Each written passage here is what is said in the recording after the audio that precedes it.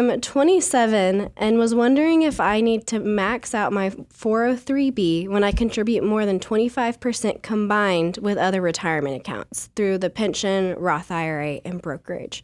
So if you hit that 25%, do you still need to max out with step 6? So this is a great question, and one we get asked all the time as it relates to the financial order of operations. People will say, hey, at my income level, when I calculate what 25% of my gross income is, and I max out my Roth IRA at $7,000, and then I max out my HSA at, it's not exactly half of the family. It's like $4,150, $4,300, somewhere in that ballpark for a single individual. Once I do those two things, then I start putting money into my 401k, I hit 25% before I ever get to the $23,000 threshold. So what happens at that point? Do I still have to max out? Do I still have to, in order for me to move from step 6, max out retirement accounts, to step 7, hyperaccumulation, if I hit 25%, can I then do that? Or do I have to max it out first? Yeah, this is, you know, I've heard me tell this story, but a lot of you are brand new, so you haven't heard us tell these stories. So it's important for me to make sure I share it.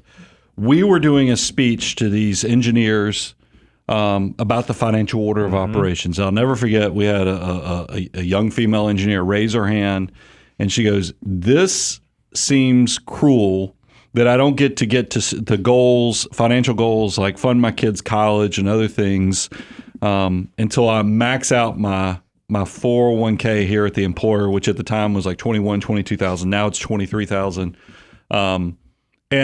And we were like, yeah, you're exactly spot on. The financial order of operations is an all-weather, all-terrain vehicle because we have designed it to where to get from step 6 down to step 7 and then move on to step 8, you just have to reach 25% of your gross income. Because we do realize some people are just going to be their income's not going to be huge, but they're going to be very disciplined and they're going to be very efficient at saving money, but their income just isn't high enough. At the time, I think it was somewhere in the $80,000 to $90,000. You're not going to reach the point to where you're going to hit the annual funding threshold of the 401k. That's okay. You've still been so successful with saving. You can move on to step 7, hyperaccumulation. That's where you're going to start thinking about your 3-bucket strategy, how you're going to use the money in retirement, and then even move on to step 8, which are those prepaid future expenses or abundance goals. And that's where you start thinking about the kids' college. You've done the hard work. And I want to give another big commendation.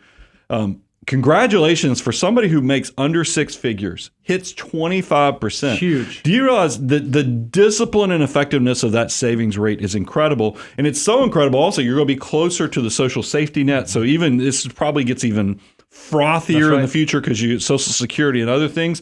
I get more nervous about people who prescribe that they think that they're financial mutants, but they make $200,000-$300,000 a year. And they're just not realizing, just because you maxed out your $23,000 401k, $23,500 this year, that's not enough.